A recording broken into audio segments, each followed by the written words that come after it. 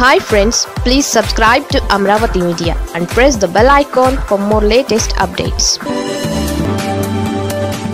వచ్చే ఎన్నికల్లో గెలుపు కోసం జగన్ అదిరిపోయే ప్లాన్. వైసీపీ అధినేత YS Jagan political game plans change చేశారు. గత ఎన్నికల్లో దెబ్బ కొట్టిన సామాజిక వర్గాలను తిరిగి దగ్గర చేర్చుకునే ప్రయత్నంలో ఉన్నారు. తనకు గత ఎన్నికల్లో 40% ఓట్లు వచ్చాయంటే అందులో ఎక్కువగా ఎస్సీ, ఎస్టీ, బీసీ, మైనారిటీ ఓట్లు అని ఆయన అంచనా వేస్తున్నారు. అగ్ర కులాల ఓటర్లకు ఆయన దూరమయ్యారు. ప్రభుత్వంలో అధికారంలో ఉన్నప్పుడు అమలు చేసిన సంక్షేమ పథకాల వల్ల కావచ్చు, బటన్ నొక్కి 2.5 లక్షల రూపాయలు ఇవ్వడం వల్ల కావచ్చు, పదవులు, నామినేటెడ్ పోస్టుల భర్తీ, ఇలా అన్నింటిలో కొన్ని సామాజిక వర్గాలకు ప్రాధాన్యత ఇవ్వడంతో అగ్రవర్ణాలు దూరమైనట్లుగా జగన్ ఎన్నికల తర్వాత జరిపిన విశ్లేషణలో తేలింది.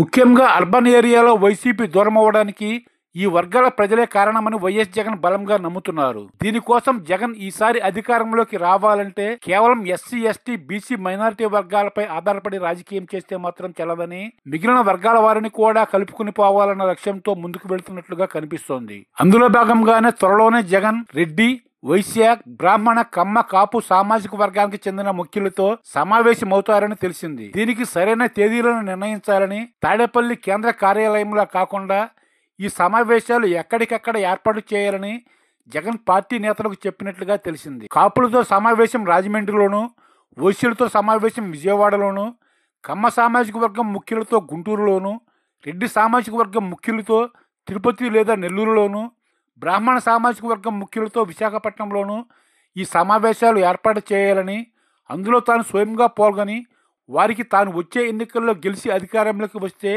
ఏమేం చేయగలమో చెప్పనున్నారని పార్టీ సీనియర్ నేత ఒకరు చెప్పారు. ఇటు సంక్షేమ పథకాల్లో తనకు తిరుగులేదు కాబట్టి ఎస్సీ, ఎస్టీ, బీసీ, మైనారిటీ వర్గాలు తనకు అండగా ఉంటాయని, వారికి తోడు వీరు కూడా కలిస్తే ఇక తన గెలుపు ఎవరూ ఆపలేరన్న నమ్మకంతో ఉన్నారు. నిజానికి గత ఎన్నికల్లో రెడ్డి సామాజిక వర్గం కూడా జగన్కు దూరమైంది. దీనికి అనేక కారణాలు కనిపించాయి.